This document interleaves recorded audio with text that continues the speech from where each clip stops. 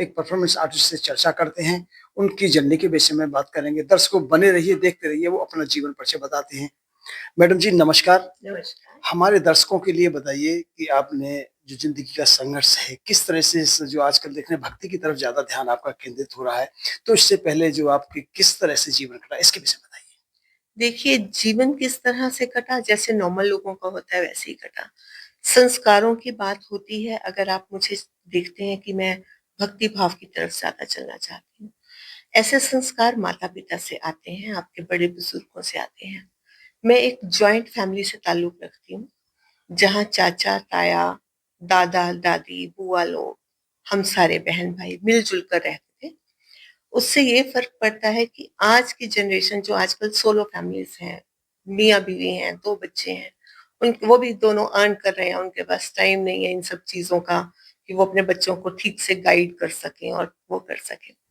मुझे लगता है कि जो हमारे वाली जनरेशन थी वो बहुत ब्लेस्ड थी, क्योंकि दादा-दादी, घर के बड़े, नाना-नानी, बुआ लोग, चाचा-चाचियाँ, ताया-ताई, सबका उस वक़्त विचार जो है भक्ति में तो ज़रूर होता था। मतलब उनका एक रूटीन तो था कि बैठकर हमने कुछ ना कुछ प्रभु के लिए अपना टाइम निकालना है। और धीरे-धीरे चलते-चलते जैसे हम खुद बड़े होते जाते हैं, तो हमें लगता है हम उनके साथ अपने आप को कनेक्ट करके देखते हैं कि हाँ, वो ऐसा थे, अब मैं ऐसा हो रही हूँ। ऐसा इसमें कोई ख़ास चीज़ नहीं है, बस मन को भटकने से रोकना, ये हर इंसान का एक प्रयास होना चाहिए। जो मैं करने की कोशिश करती हूँ, मैं ऐसा नहीं कहूँगी कि मेरा प्रयास सफल ही हो जाता है, लेकिन जी, बहुत हम्बल भी मैं आपको बोलना चाहती हूँ कि आज के बच्चों को भी ऐसा थोड़ा-सा टाइम पेरेंट्स को ज़रूर देना चाहिए, जिसमें वो अपने पुराणों के बारे में, रामायण, महाभारत, अपने वेदों का छोटा-छोटा सा ज्ञान लें कि हम कितनी महान संस्कृति से बिलॉन्ग करते हैं और हमारे पास कितना कुछ है जो हम दुनिया को दे रहे हैं। आज सारे पश्चिमी देश हिंदुस्तान की तरफ आ रहे हैं। किस लिए? क्योंकि यहाँ के साधु, संत, यहाँ की स्पिरिचुअलिटी, इस तो मिट्टी की गंध में भी स्पिरिचुअलिटी बसी हुई है, कण-कण में है वो चीज़ें। बस उसको महसूस करने की ज़रूरत है, जो कि बच्चों को घर से थोड़ी गाइडेंस मिलने पर हो सकती है। और मेरे ख्याल से तो यही काफ़ी है मेरे हिसाब से। और जैसा अभी आपने देखा था कुंभ हुआ था, महाकुंभ, दुनिया कहाँ-कहाँ से आई थी वहाँ। इसका मतलब कुछ तो रहस्य है ना, कुछ तो ऐसी चीज़ है जो इंसान को खींचती है। आप देखिए कि अंग्रेज़ आकर इस्कॉन में किस तरह से नाचते हैं। आप इन अंग्रेज़ों को हिल स्टेशन के मॉल रोड के ऊपर अक्सर पा सकते हैं, ये राधा कृष्ण की गाना गाते हुए वो करते हैं। तो मतलब ये सब चीज़ें होनी चाहिए, हमें पता होना चाहिए, हमारे बच्चों को पता होना चाहिए कि हम किस चीज़ के साथ बिलॉन्ग करते हैं और हमें इसके बारे में जानने से कितना महत्व है इस चीज़ का। मैं ज़रूर ये वाली बात मैं ऐड थोड़ा-सा करूँगी। बीच में अनुज हमारे पेरेंट्स जो बच्चों के लिए आज के भेजते हैं, वो एजुकेशन के लिए भेजते हैं, लेकिन वहाँ पर बच्चे जो हैं, वो ड्रग्स वगैरह इस्तेमाल करते हैं, मार्ग से अपने से भटक जाते हैं, तो उसमें आपके क्या विचार हैं? देखिए, मेरे विचार वही हैं जो आपके भी हो सकते हैं। बच्चे मार्ग से भटक जाते हैं, क्योंकि पहले इतनी सहूलियतें नहीं थी, इतना पैसा नहीं था, बच्चों को हिसाब से जेब खर्च दिया जाता था, स्कूल कॉलेजेस में माता-पिता का इंटरफेरेंस होता था कि हमारा बच्चा क्या कर रहा है।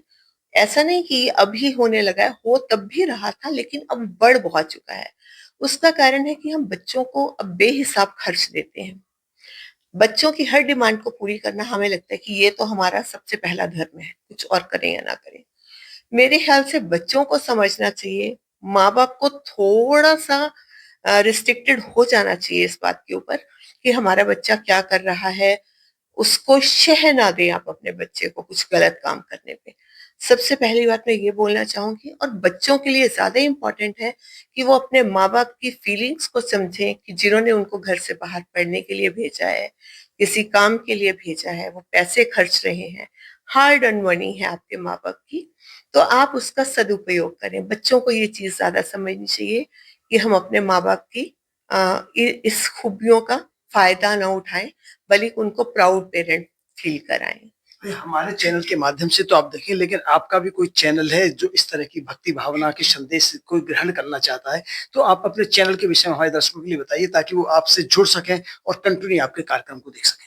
जी, मेरा आरएच एंटरटेनमेंट करके एक चैनल है और मैं कुछ एक और भी चैनल के साथ जुड़ी हुई हूँ, जहाँ आप मेरा ये देख पाएँगे।